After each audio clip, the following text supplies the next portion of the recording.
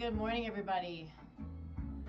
This is Nikki Burnett. Today is Taste Life Nutrition Radio podcast streaming live on KUHSdenver.com, where we are going to continue our conversation about gut health and microbiome, and how it can impact us, how we can manage it, how we can repair it, and how it impacts really everything that we are, right? There's so much to it. And so, which is why we've done a 3-part series on it, and probably will continue. I know next week we have a guest, but we'll probably continue as we go and as I'm doing this on my own, because there is so much to talk about, and I just continue to learn so much. So I want to share what I know, so you can share it. That's all the point in all of this, right? So, as always, though, we start the show with gratitude. So I was able to take the week off last week. We do this every year with my husband's family, where there's been anywhere from 40 to, at one time there was 65. Now that included some friends, but this year we had about 45 of us. We go to approximately the same place every year to go and chill out in the mountains. My husband's family, they're big fly fishermen and women, and we just go as deep as we can, so there's no Wi-Fi, there's no reception, so there's no phones, and there's a lot of food and a lot of fun and a lot of hiking and fishing and playing with dogs and reading and just doing the things that are so restorative, and that's how I feel, is restored. So it was so good to be there. It's always good to get back. Always grateful to jump back into life and seeing clients and patients and building, continuing to build what we're building with Taste Life Nutrition and with Immuno Wellness and with ViveWell, and just having a lot of fun with all of that. So let's see. I'm going to start I think the recap. We talked a lot about the germ theory versus the terrain theory, and early on there was and there still is, there's this thought that we have to be afraid of germs because it's the germs that impact us, where if we have a strong microbiome, which is the terrain, then we have the ability to manage the germs that come in and invade, right? And some of them aren't really that problematic. They're there. We just need to be able to manage them, right? So we talked a lot about, oh gosh, I clean my glasses, I can't see anything. So this time around, I want to dig into how the brain, the immune system, the gut, and what I said in the promo and in the title was our spirit. And I think our spirit is really so all-encompassing. It's our mental health, it's our emotional health, it's who we are at our core, and then it's our spiritual well-being, our spiritual belonging. What are our belief systems? Because so much of that can impact our health, and it can impact our gut health, and it can impact our microbiome. So when one or more of these pieces are missing, if that's the case, then sometimes it just makes things more difficult to actually fully repair and fully find that place of optimal health that we want to experience. Because when we are experiencing optimal health, we feel like we can do anything, right? But if we're sick, if we're not feeling well, if we're constantly having GI pains or having to run to the bathroom, or whatever the case may be, then makes life really hard, and it makes you unmotivated. And so that's really, it's no way to live. And so that's what I pray for when I work with any of my clients or patients, as well as anybody else who's struggling, is that you're able to find what it is, or the multiple things that are able to help you get to that place where you feel like you can just go and conquer the world, which is an amazing place to be, right? So one of the things that we'll talk about is if we're just sitting here chasing symptoms, which happens a lot. We're chasing symptoms, or we're managing symptoms with drugs, and we're not finding the underlying root cause, or I'll finish that statement, underlying root cause, then we're just kind of going in circles and chasing our tail, right? I was having a conversation with someone about that the other day, totally off topic, but she has a situation where, well, I'll just say, I mean, she's got breast implants, and I think that she's struggling with breast implant illness. She has GI dysfunction. She has brain fog. She has a fungal overload. I think she had that prior too. But breast implants are super problematic, and so this is not at all off topic actually, because breast implant disease is this whole host of symptoms, and we don't often put them to the implants. And so, with these massive GI symptoms that she's having, we finally, as we start digging in, she didn't put it in her intake form, but then when she told me about it, I was like, holy smokes. And she's had the implants for 10 years, and the majority of her symptoms have been over the last 10 years. So this goes to starting to put together the pieces of the puzzle, and the why behind what's going on. And so we can work with her and help her to manage her symptoms. We can give supplements, we can give peptides, we can do things to help manage symptoms. But the likelihood is, I don't know this for sure, but the likelihood is, if she doesn't have an explant procedure, then her symptoms won't go away.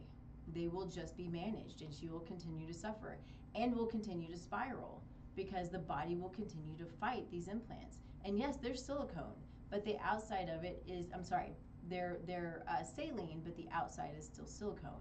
These are still so bad. I've worked with other clients who have had breast implant disease.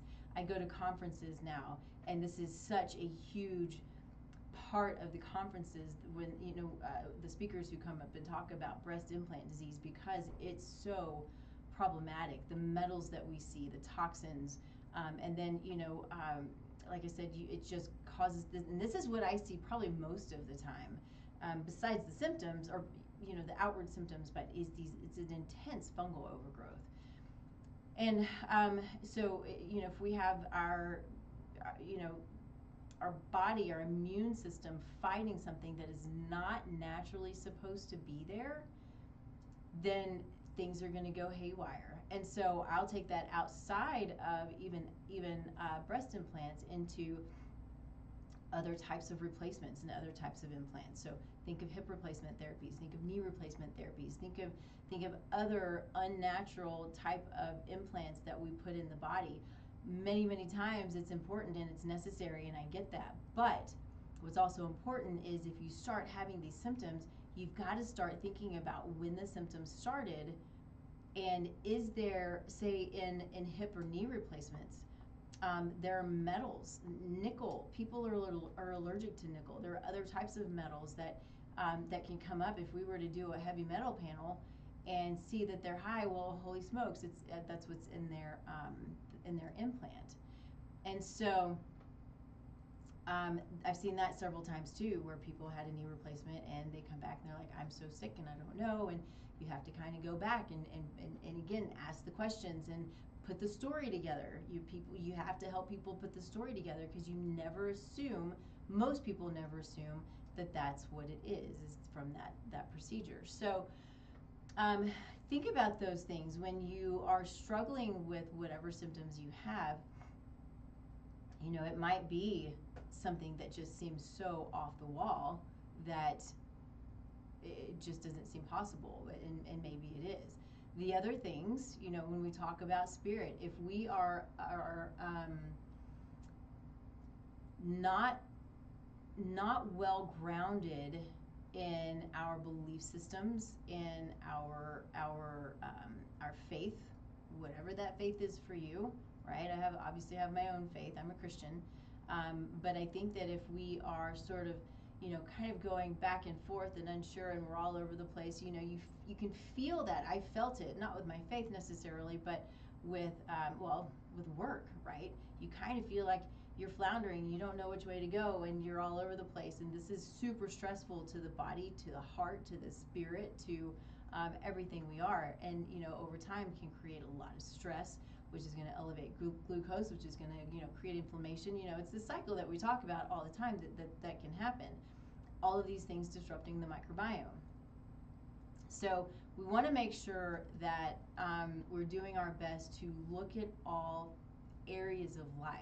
Relationships, right? If we're struggling in relationships, it's going to cause stress, which is going to elevate glucose, which is going to cause inflammation, and it's going to disrupt the microbiome. You can do that with financial stressors, with you name it. Stress period. That's what it's going to do. Chronic disease is a stressor, right? So you can see that it just goes round and round and round and continues to perpetuate and then starts to spiral. So, if you haven't done it already, and if you're struggling, you might think about putting together a timeline with your symptoms and other things that happened in your life, whether it was surgery or traumatic experiences or whatever the case may be, because they all play a role.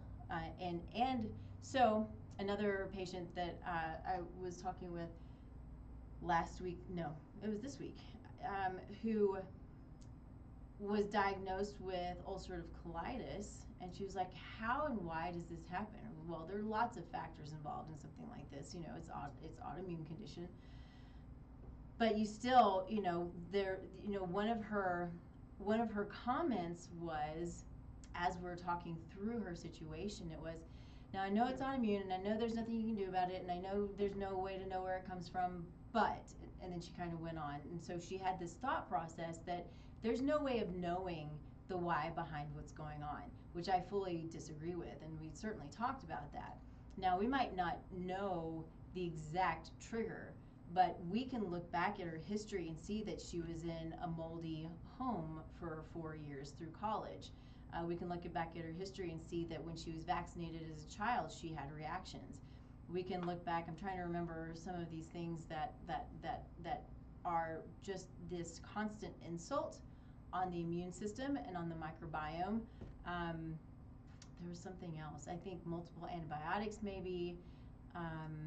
And so certainly disruptive to the microbiome, which is disruptive to the immune system.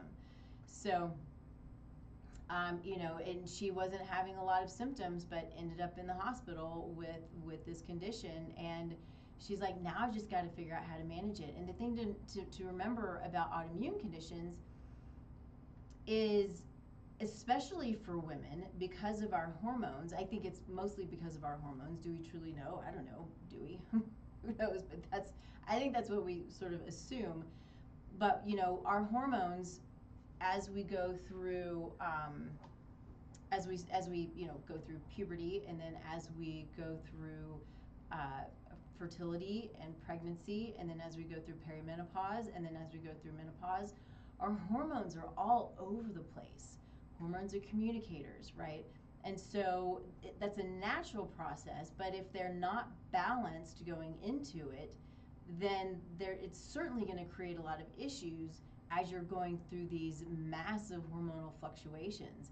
And so when somebody has an autoimmune condition going into these, what is a potential, significant fluctuation, then the autoimmune conditions can just go haywire, right? And so more happen, and more symptoms, and more things, and so you can end up going, throughout your life not understanding why you have multiple autoimmune conditions, but it's because of a lot of factors. But you didn't manage the GI, you didn't manage the insults on the immune system in the GI, you didn't manage or maybe you tried to and it was just difficult to, right?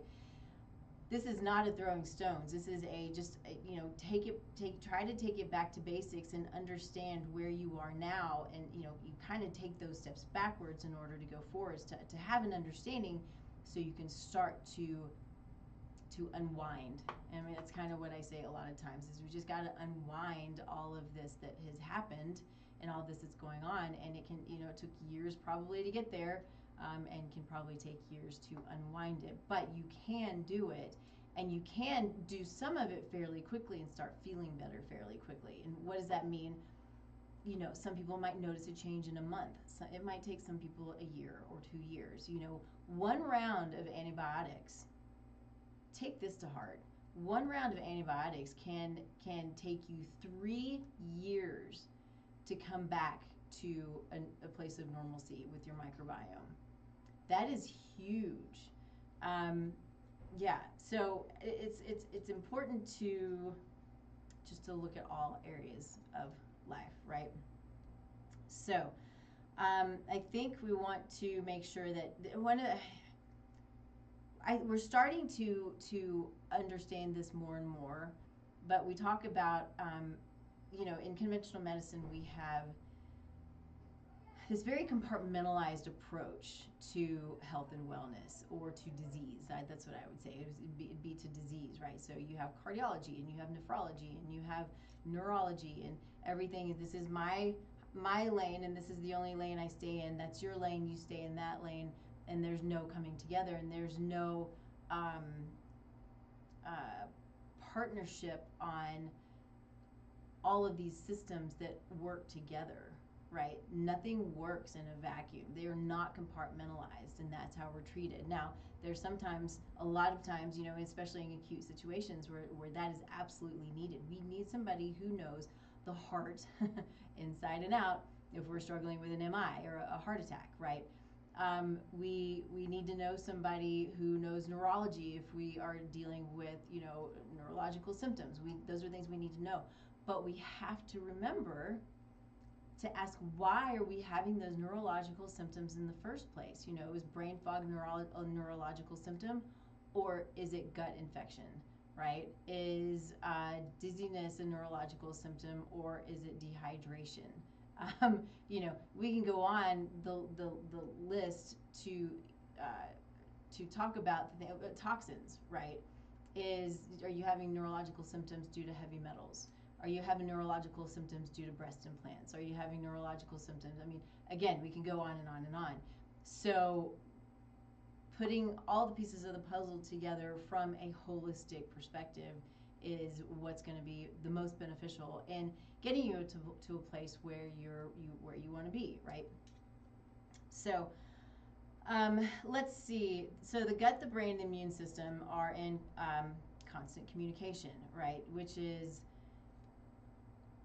it's so cool because we have 70, I think it's, most people will say 70%. I've heard 70 to 80% of our immune system is in our gut, right? And so and we've also heard we have a gut-brain connection, or a gut-brain axis.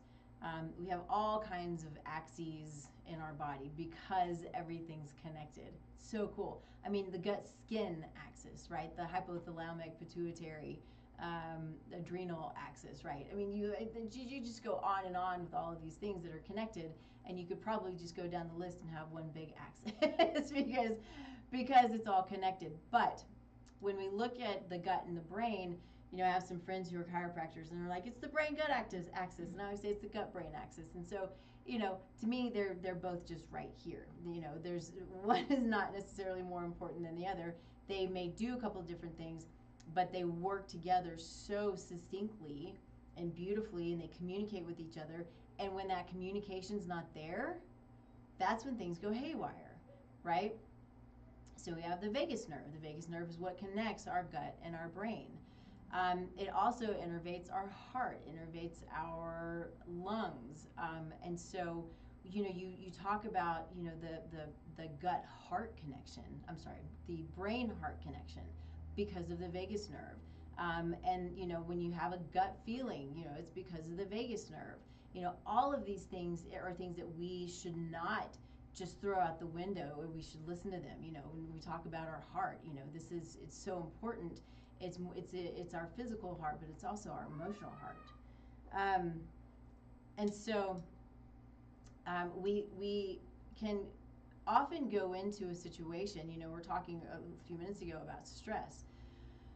Stress is so key because it keeps our vagus nerve in a sympathetic nervous system mode, right? So it's a sympathetic mode, which means you are in that drive. You are fight or flight. You're always stressed. You're always going, and that's where we sit so often as a society.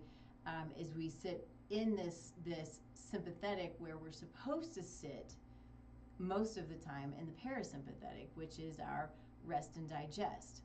And it's how we are calm, and it's how we think well, and it's how we manage life well, is in this rest and digest. And if you think about it, when we are in fight or flight, all of the much of our blood goes to the extremities because we have to make quick movements, right? We're not thinking well usually, but we have to make quick movements. It's a run, or it's a fight, or it's a whatever it might be. If we're in rest or digest, all the blood goes to the core. A lot of the blood goes to the core, right? So you have the ability to calm. You've got good blood flow to the brain. You've got good blood flow to the core, to your GI, so you can break down and utilize nutrients. Everything is calm. So what can happen to this nerve is that it essentially, because of the constant stress, the constant fight or flight, it dysfunctions. Does it dysfunction, or does it just shut down? Is this a protective mechanism? If you know me, if you listen to me much at all, you know that I believe that the body is so beautifully and amazingly smart that I don't know that I don't believe that it's dysfunctional. I believe that it's doing what it knows how to do to keep us alive at that moment in time with what it's been given, right? So if you're nutrient deficient, it's not getting the nutrients that it needs. So it's doing what it knows to do at that time without those nutrients. And so that's the stuff that we want to bear in mind with symptoms. Is symptoms are signals. Symptoms are the body talking to us. It's telling us, I need you, and I need you to figure out what's going on, because I can't do this on my own anymore. It's just trying to keep you alive. It's these red flags. Call it what you want. But it's a strategy that the body uses to get your attention, to get my attention, to say something's not right, we need to fix it, and we need to dig in and find out what that is. And so a lot of times, if we listen, if we are in tuned enough with our body, we know what it is. But sometimes it's really hard, right? And so that's where labs can come in. Labs are our bodies talking to us on a piece of paper. It's the most amazing thing. We can get so much out of a good set of labs. And we have these functional labs that are so specific, but they'll give you reports that are 10 or 30 or 50 pages long. They give us so much information. Okay, now we can have a direction, and you put them all together, and now we have a direction, right? It's fascinating stuff. So getting back to the vagus nerve, if it's constantly in this fight or flight mode where it's not functioning well, so you start to have these GI symptoms because you're not absorbing your nutrients, and because your vagus nerve is not functioning properly, and because it's sitting in this shut down place, and you are just now constantly revved up. So and you kind of go into this, and there's the adrenal glands going there, and then the thyroid gland, and the pituitary, and all of these endocrine systems, and then you wonder why your hormones are out of whack, right? So again, it's that downward spiral, and that connection. Everything's connected. Our hormones are communicators. Our hormones are going to tell our body what to do. If they're not functioning properly, our body's going to be like, I don't know what to do. So anyway, cool stuff. So we also have what are called, these immune signals. If you have, you've probably by now heard the term cytokine. Before COVID, I think that wasn't a word that was as mainstream as it is now, which is super cool that people know what a cytokine is now. But you can have inflammatory, you can have anti-inflammatory cytokines.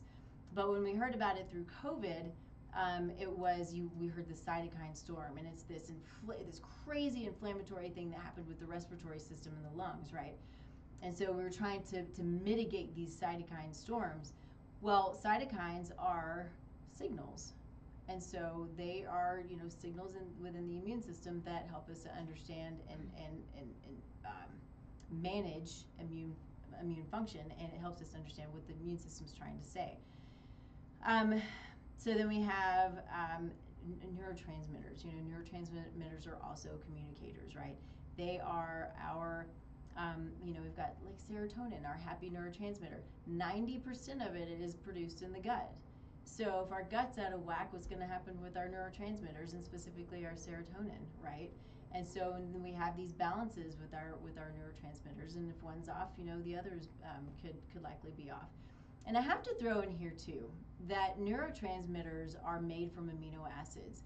Amino acids come from protein. They come from other things as well. But when we talk about complete proteins, they are broken down and then used to build neurotransmitters, enzymes, and other things, our muscles. But I think it's really important to note here the protein need of the human body. There's a really big push at understanding protein that is needed for us. And I think, I don't know, I've heard it more and more over the last few years. And I'll be quite honest with you that I didn't realize, because I'm, you know, genetically, I can look at it and I can see that I need less protein. I don't feel like I need as much protein as I believe I actually do. So we're all different genetically, and you know, knowing our genetics and what our needs are, it can be a key player in our overall health, especially when we're looking at biohacking and things like that. But I would get, you know, 50, 60, maybe 70 grams of protein in a day for probably most of my life. I'm just, you know, it's hard to get in the amount of protein, which is a gram or 1.2 grams per body weight for people. And so that's a lot of protein, right? If I'm 125 pounds, that's 125 grams of protein plus. You know, I go to the gym, I work out, I'm active, and so it feels like it's a lot of protein. But I also have a much better body composition since I've increased my protein, which is fascinating. But you got to think about this going back to neurotransmitters.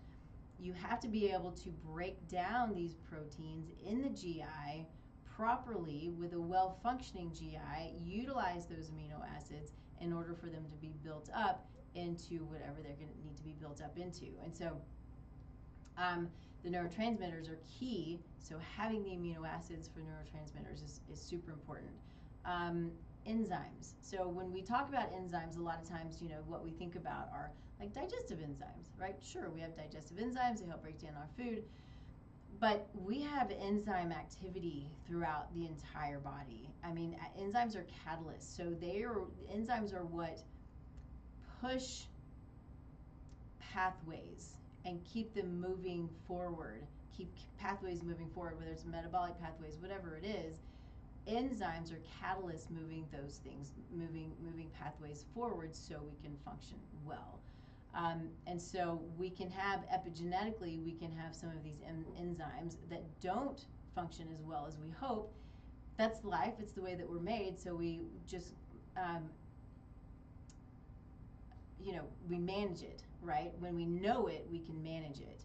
And so if we see that we have some of these pathways that are not functioning as well as they maybe could, think of MTHFR, right? So a lot of you by this time have heard the term MTHFR. It's a SNP. It's a folate SNP, and so it can mean that you don't want synthetic folate, which nobody wants synthetic folate. It can be problematic for anyone, but more problematic for somebody with an MTHFR SNP. MTHFR can play a role in fertility or lack thereof. There are lots of areas where MTHFR plays a role. So essentially, if we know that we have this MTHFR SNP and which one we have, then we start to know how to manage it. Okay, I need methylfolate, right? And maybe for some people, methylfolate is too much, so you need the hydroxylfolate or the adenosyl, not folate. Sorry, I just went into my other vitamin, my B12 vitamin. Never mind. Either way, the methylfolate might be better for you than a folic acid. Which again, never ever use folic acid. It's synthetic. But some people will experience pretty significant symptoms with a folic acid, and others won't. But folic acid will inhibit the uptake of natural folate. So taking folic acid is problematic if you're trying to get pregnant, if you are pregnant, if you have kiddos. Just stay away from folic acid. It's a huge, huge problem. So anyway, but making sure that you have that pathway working and functioning properly is key, right? So you're managing what you've been given, and it's great. It's awesome. So let's see, what else do we have? So let's move on, I think. Oh, so we did just hit on some of this. So, okay, here's one. Talked a little bit about, let's go back real quick and expand a bit on serotonin, because we were talking about neurotransmitters, and I just said that the gut produces 90% of serotonin. It also plays a role in dopamine, GABA, and melatonin, which are all critical for mood clarity and calm. And so that's when I was saying that they're all all of the neurotransmitters are related to a degree, then that's kind of that's what I was talking about. I didn't say it as well as as my notes say, but that's what I meant. And so important to have a good healthy gut, so you have good healthy neurotransmitters, but also eating your protein, right? Let's see. Chronic stress and trauma can literally shrink the gut lining, disrupt microbes, and impair digestion and neurotransmitter production. So it's important to just manage your stress. And I know it's not always easy to do, but the things that we say all the time: take the time for prayer, take the time to listen, take the time to be still, take the time to sit alone for a while, take the time to eat your food slowly and calmly, and either alone or with someone, with the TV off, away from your computer. Anything that you can do, if you are in a place where if you have a chronically stressful situation or multiple situations, you have to take care of yourself and find that time, because you don't want things to go haywire, because they will. And so I find, I say this all the time, but what I find for me is going outside and sitting in the sun. I may pray a little bit, but that's my time to be quiet and to listen. It's my be still time. And I want to hear, it's when I hope that I'm going to hear, I don't know, whatever I'm supposed to hear at that time, right? So I listen for God's words for me and for guidance and whatever it is I need guidance for. So I hope I do that all the time, but I know I don't. It's it's a practice for sure. All right, so let's see. So yeah, we kind of already hit on this, but I do think it's an important point that with the gut immune connection, 70 to 80% of immune cells live in the gut lining. This is where tolerance is trained, learning what's friend or foe. So if your immune cells are in the gut and your microbiome is healthy, this is, when we're talking about tolerance, right? So if we lose tolerance, whether we can lose tolerance to food, we can start to have allergies, we start, kind of going down those roads. That's when we start to see that there's some dysfunction. Allergies are not normal. I know that lots and lots of people have them. I have had a couple of situations myself, right? But you got to remember that it's a sign. What does that mean? Is there infection somewhere? Is there an issue with gut integrity, right? Is your immune system not functioning properly for whatever reason? So take that as a sign. If your allergies are getting worse, that's a sign something's getting worse. So support that gut. So leaky gut, we have talked about this 100 times. I think so many people know what it is by now, but I run into still so many who don't really get what it means. And so for just real quick, our gut lining, so it is our epithelium, is in our gut, is actually our epithelium. Our cells are supposed to be super, super tight, right? Nothing is supposed to get through until it goes way down into the capillaries where it's supposed to get into and get into the bloodstream. With leaky gut, what happens is zonulin goes up. It's a protein. Zonulin goes up, and our gut comes apart, and things can get into the cells come apart, but things can get into the bloodstream sooner than they're supposed to. And so when that happens, the body doesn't recognize them. It's like, I don't know what this is. It's not supposed to be here. Red flags all over the place, and an inflammation, leading off into what can be an autoimmune condition potentially, right? If it's a chronic leaky gut situation. But there are things that are microbial. So we have what's called lipopolysaccharides that are produced by microbes, pathogenic microbes in the body. And they can get into the bloodstream. And, I think though, yes, LPS does this, but it can also be bugs, it can be fungus, it can be viruses, it can be whatever is in the GI, metals and molds and toxins and all of these things, whatever's in the GI that's getting into the bloodstream is going to cause an immune response, and cause problems. So, things to watch for, and we kind of talked about this: autoimmune flares, food sensitivities, skin issues, brain fog, joint pain.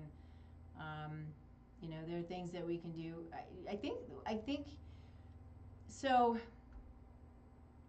Probably one of the next sessions where I'm doing the show by myself, what I want to do, and I'm hoping by the time we get a couple of weeks down the road that I'll have a good handle on this. But there are things that we can do in our own kitchen that can be super therapeutic for building our microbiome. Now we've got to be really careful with it, for those especially who are struggling with GI symptoms, because it can really push symptoms, right? So we want to be really careful with how we do this. But I want to dig into this myself and start to do some of these. I've already started doing some of them myself, but there are other things that I want to do, that I want to be able to come and talk to you about, so you can do at home. Probiotics are great. They're expensive, especially when you're getting these really high strains and these well-studied strains. What if we can make these ourselves, which I think is super freaking cool. So that's the stuff that I want to talk about, but I got to do it first. So anyway, there are great gut lining nutrients, which is true. So zinc carnosine specifically is great for the gut lining, L-glutamine, and collagen. Now, zinc carnosine. So zinc carnosine is zinc linked to an amino acid carnosine. The two of them together go into the gut lining and really help to support it. Really good data behind it. But you still have to be careful with your zinc copper ratio, right? Glutamine. Glutamine it's an amino acid, but it also is turned into a neurotransmitter, right? And so you have glutamine that converts, so we talked about pathways, right? And enzymes that push these pathways. Glutamine is catalyzed, converted into glutamate. So what can happen though is if you eat a lot of glutamine, and if you have a SNP or a variant or an enzyme that's not functioning properly, right, due to this genetic SNP, and glutamate stays elevated, then it's excitatory. And so it creates brain inflammation. So it can create anxiety. It can create, the ADD, ADHD thing, right? So some people know that they're sensitive to monosodium glutamate. It's a toxin anyway, so I think most people should stay away from it. But some people are super sensitive to it for that reason. What's supposed to happen is glutamine is supposed to then be catalyzed or converted into GABA, which is calming. And so GABA is that calming neurotransmitter where it's supposed to and then it moves on down the pathway. So we want to keep that in mind if we're struggling with any kind of anxiety. Anxiety is an inflammatory condition. Depression is an inflammatory condition. ADD, ADHD, these are inflammatory conditions. These are all stemmed from inflammation, so we've got to ask why. It's not about taking SSRIs. I think these are really problematic. Now, doesn't mean that some people don't benefit from them for a time, and that's fine. We have these drugs for acute situations and sometimes for chronic situations, yes. But what if we can start to manage these symptoms by understanding the why behind the inflammatory response in the first place? That would be my hope, is that we can start to think about it that way. Collagen is a tricky little nutrient. It's not a complete protein. I think it's missing one, I don't remember which one of the amino acids to be a complete protein. It's also not well absorbed. And so I think that there is some collagen that is better absorbed. I believe that I have understood. I should have looked into this deeper before coming in, but I believe the collagen peptides are the least absorbed. I hope I'm not lying to you, so I probably shouldn't have said it, but that's what I think is the case. What we actually need, more than just taking a bunch of collagen and spending money on a bunch of collagen and hoping that it's going to help our hair grow and benefit our GI and all of these things, it might have some benefit, and I know some people who have had some benefit with their hair and their nails and that kind of thing. But what we actually need, we need the nutrients that build our own collagen. So we don't want to have to take the collagen in because we're just going to have to break it down, and then we got to utilize it, right? So things like vitamin C. Vitamin C is really important for building collagen. So think about that. Vitamin C also has the shortest half-life of any other nutrient. So if you take vitamin C regularly, I think that in almost every panel I've ever seen, vitamin C is low, but probably because we just need to take it in regularly. So it's in a lot of fruits and vegetables and that kind of thing. But if you are taking it supplementally, think about taking it, 1,000 milligrams in the morning, 1,000 milligrams in the afternoon, 1,000 milligrams in the evening. It does have some bowel tolerance issues, so you might want to be careful with that. But or you do 500 morning, afternoon, and evening. So whatever it is that works for you. But think about the fact that if you were just to take if you're doing high dose 5,000 milligrams all at one time, you might have to run to the bathroom, but it just goes away really fast. So you want to spread it out. Okay. Oh, wrong one. So this is an interesting one too. And when we talk about diets, diets are hard. For one, I hate the word diet. Diet when I put someone on a diet, it's therapeutic, right? Does it need to be short-term FODMAP, low FODMAP diet? That to me is a diet because it's therapeutic. A low FODMAP diet, I'm not going to get into it right now because I just don't have the time, but it's all of these really beneficial starches and like oligosaccharides and all of these things that feed our microbiome, but for some people can be problematic. If you've got bacteria in the wrong place, you're feeding it, then it starts to do its job and it hurts. So but these are all beneficial nutrients that we should be getting that feed our microbiome, that help with the diversity of our microbiome. It's so important is to have this really diverse microbiome.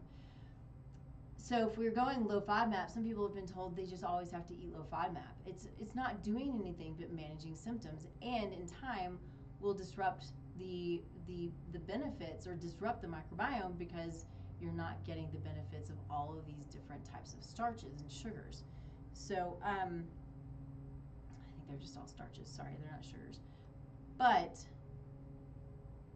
what can also happen, so there are things like there's AIP diet, so autoimmune paleo or autoimmune protocol is a diet that is really important for autoimmune patients with autoimmune disease, especially early on, and maybe even through the entirety of their life, right? So it's therapeutic. What else do we have? Here's an interesting one, and you can argue with me all day, and I think it's totally fine because I've been kind of on the fence with all of this. There are people in the functional medicine world who believe that carnivore diet is the end-all be-all. There are people who believe that it's terrible. There are people who are like, well, maybe every now and then. People who have had amazing benefits from doing a carnivore diet, which I get, because if you're taking out all of the bad stuff and vegetables and fruits and these anti-nutrients that can cause pain and discomfort, if you're taking all of this stuff out, because that's what can happen, then, and you're feeling better, you're like, oh, well, this is the diet for me.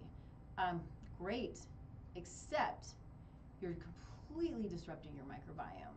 If you don't have the ability to digest certain things, it's likely because of an imbalance in your microbiome. So if you're only eating meat, you're changing your microbiome to such a degree that you're probably, bringing in other stuff is going to be really hard. So we want to create the diversity in the microbiome, and it's not always easy. It takes time. And it's not just about throwing a bunch of probiotics at it, right? You've got to be strategic about it. But I think I've even tried carnivore. So, I'll try just about anything, and I'll research it and, kind of see what I feel to be, what I, in my research and those who I trust, believe to be good, solid data, good, solid information. But I don't think that I don't believe it to be a good long-term plan at all. Short-term maybe, but not long-term. Same with the keto diet. I don't think that it's a good long-term plan. I think it's good short-term, except for the fact that those with epilepsy have shown really great benefit from it. And so there are those times when you've got to manage that piece of it, right? And so everybody's unique and everybody's different. Ideally, we eat good food. We eat real food from the earth. Does that include grains? I come to more and more. I come to no. I think grains don't give us anything of benefit. For the most part, we can get plenty of good healthy carbs from lots of other places. We've got great root vegetables and sweet potatoes and but just eating a bunch of rice or eating a bunch of quinoa, I think maybe some people are built for some of those grains, but I think for the most part it really doesn't do us any good. Just spikes blood sugar. That's my feeling at this point. I don't think it gives as much. All right. So this is a cool section on biofeedback, and as I was doing my research on this, I was learning some really fun things. So I just kind of want to go through and list some of these things out. I might even put together like a resource sheet. I have all of these tons and tons and tons of these resource sheets that I share with clients and patients, on a regular basis. And this one, I was like, this is a really cool one that I think is super helpful for helping us learn what our body is trying to tell us. So oftentimes we hear biofeedback because they're biofeedback machines, right? So a lot of the machines, you're holding onto a couple of metal things, and I don't totally get it, but it's based on the energetics of the body. We're all based on energy. Our earth is based on energy. It's all electricity, right? So I believe it is how, if there's the energetics, say you're looking for a specific microbe, right? So there's the energetics of the microbe, you're holding on to these metal sticks, and it can match the energetics of the microbe if you have it in your body. I probably, I don't, like I said, I don't fully understand it. I've done it, but it was a long time ago. I would like to dig deeper into it, honestly, so I could have a better understanding of it. But people love it. I think it's a great way of understanding the body, understanding your body specifically. But if you don't do that, because I know there can be an expense to it, obviously, machines like that, the software, they're really expensive, but I think they're pretty cool. So, if we're looking at biofeedback from the body, if we ask what it is in the first place, so it's real-time communication from your body about how it's responding to food, stress, sleep, and spiritual alignment. And you can access it for free daily. So cool.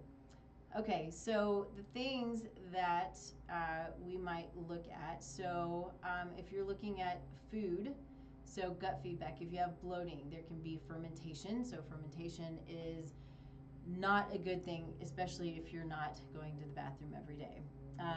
Fermentation dysbiosis, which is an imbalance of the good and the bad bugs. Poor motility, you're not moving properly, right? You're not moving things out of the body like you're supposed to be moving them. Ideally, we go to the bathroom every time we eat, right? 3 times a day. You go to the bathroom 3 times a day. These days, it's not.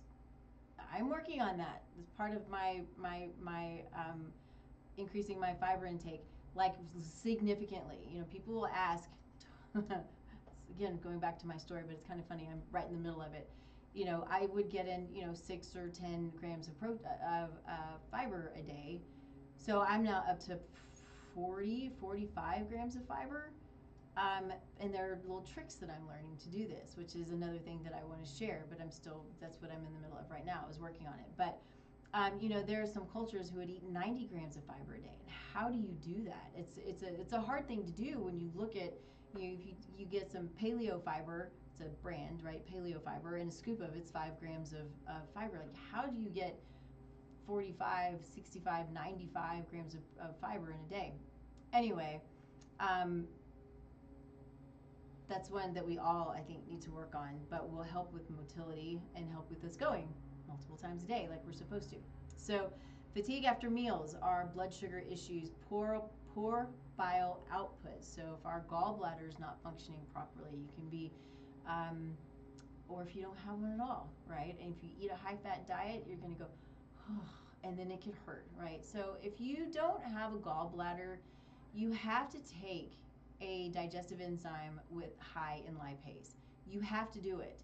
Nobody's ever told that. I don't know why. It's as simple as it can be, but you have to take your digestive enzyme that's high in lipase.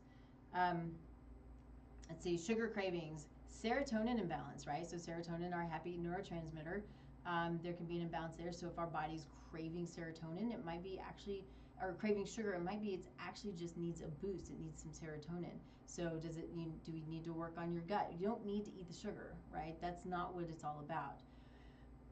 But also can be low nutrient density.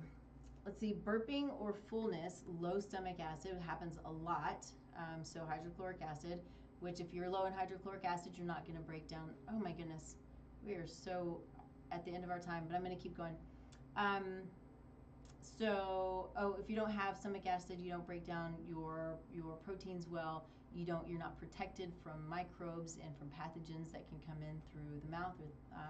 So that's a really important one to keep an eye on. And then stress while eating. So that means don't fight while you're eating. Don't watch TV while you're eating. Don't work while you're eating, right? Take the time to be still. Let's see, I have a bunch of these, so I'm going to go through just a couple of them here. So stool, so what's your stool look like if you're constipated, sluggish liver, dehydration, lack of fiber or vagal tone. We talked about the vagus nerve, loose stools, inflammation, histamine reaction, and microbial imbalance. I think all of these could be a microbial imbalance. Floating stool, fat malabsorption, so it could be digestive enzymes, could it be gallbladder dysfunction, clay-colored stool is gallbladder or liver dysfunction, so think about that. Anxiety can be gut inflammation, trauma, histamine overload, right? When you think about that, glutamate, that also can be a problem. That can be an epigenetic SNP. Brain fog, LPS, right? Those lipopolysaccharides that we talked about that come from microbes. Poor detox, lack of sleep, and so many other things. I mean, brain fog is just rampant. Insomnia, cortisol imbalance, overstimulation, nervous system dysregulation, certainly hormones and cycle, endocrine feedback.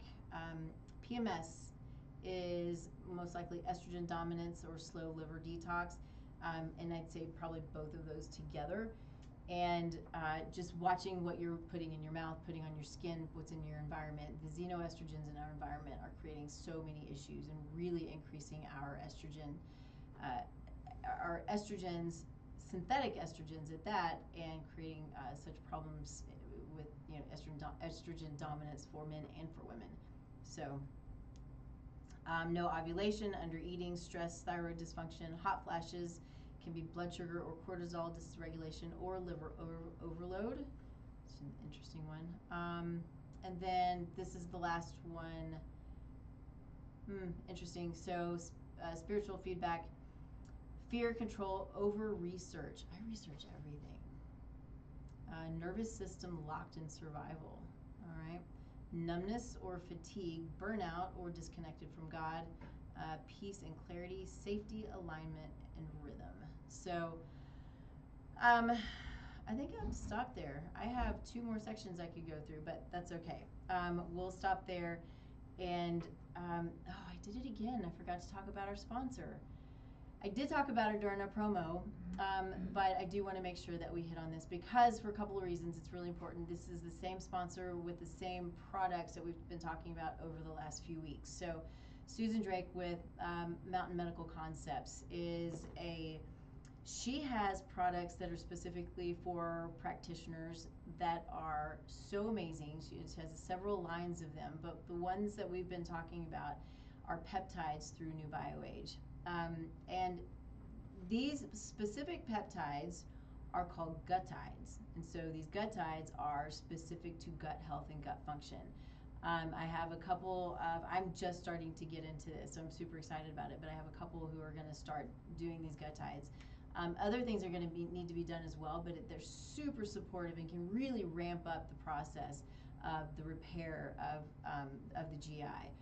And so gutides include BP157, which is not only just a gutide, it's called body protective compound, and it's the data behind it's so fascinating. I mean, it's for mitochondrial support, it's for brain function, it's for it can be for autoimmune conditions and inflammation. I mean, the list goes on and on. So that's kind of that sort of the main, if I were to say this, sort of this main overarching peptide that most people kind of start with is the BP157 because it does so many things, but it's super great for the gut.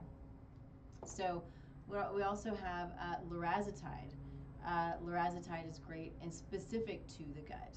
So that's a great one. And then what we didn't talk about, which we should have, but we did talk about it last week, are short-chain fatty acids. And so one of the gutides, or one of the supplements that goes along with these gutides is butyrate. Butyrate is a short-chain fatty acid. It is protective of the gut lining. We eat foods like resistant starches, cooked and cooled potatoes, green plantains, green bananas, things like that. Those are resistant starches, and they feed our microbiome. They feed specific bugs in our microbiome. And then when they get those, they also then poop them out, which then supports our gut lining. So one of the most beneficial things we can do is make sure that we are rich and robust in short-chain fatty acids, and many of us aren't. So we can get some of these through food. You can get green banana flour, right, if that's something that you want to do, and you can cook with it. So think about that. Think about eating plantains. They have to be green and raw. And same with bananas. They literally have to be green, not any yellow, but green raw bananas. So there's no sugar in them, right? It's all of these resistant starches that is beneficial to our microbiome. So it's food. It might not be the best tasting food, but it's still food. So those are the things that are inexpensive and easy to get that can help to support your microbiome. But therapeutically, when necessary, which is often necessary, we go to things like the supplemental butyrate, the supplemental short-chain fatty acids, and then these peptides, these gutides that can be, like I said, it can just really ramp up that process of repair to help people feel better, because it's not fun. You know, having gut issues is not a fun thing, and it's everywhere. It's absolutely everywhere. I talk to people, it's every day. It literally is every day. So, all right, I think that's all I got. Look up Susan at Mountain Medical Concepts, especially if you're a provider or a practitioner. But if you're not, ask your provider for New BioAge peptides, and specifically through Mountain Medical Concepts, because she's working really hard to bring the best products to providers that she can. So she's great, appreciate her a ton and all that she's doing. And I appreciate you. Thanks for joining me. I know next week we will be on another topic. I can't remember, I should know this, but I can't remember right now who's coming up. But you'll see it as we post it, and then you'll always find us here, 10 a.m. Mountain Time, streaming live on the one and only KUHSdenver.com. We are a global station. We are heard all over the world, which is really kind of crazy cool. But you can find me at tastelifenutrition.com, Taste Life Nutrition, and all of the the social media, all of that stuff. So would love to hear from you. If you have questions about anything, feel free to reach out. You can go to the website and fill out the assessment that's online. I'm working on some other things to start to have on there. That's some fun stuff coming up. So we'll start talking about some of that stuff as well. But you can fill out that assessment for the time being, and we can chat a little bit and see how we might be able to help you, or if I know somebody who can help you, because I know some pretty great people, lots of good people who come on this show with me. So let me know if there's anything that I can do for you, and we'll see you next week, 10 a.m. Mountain Time, streaming live right here on KUHSdenver.com. Bye.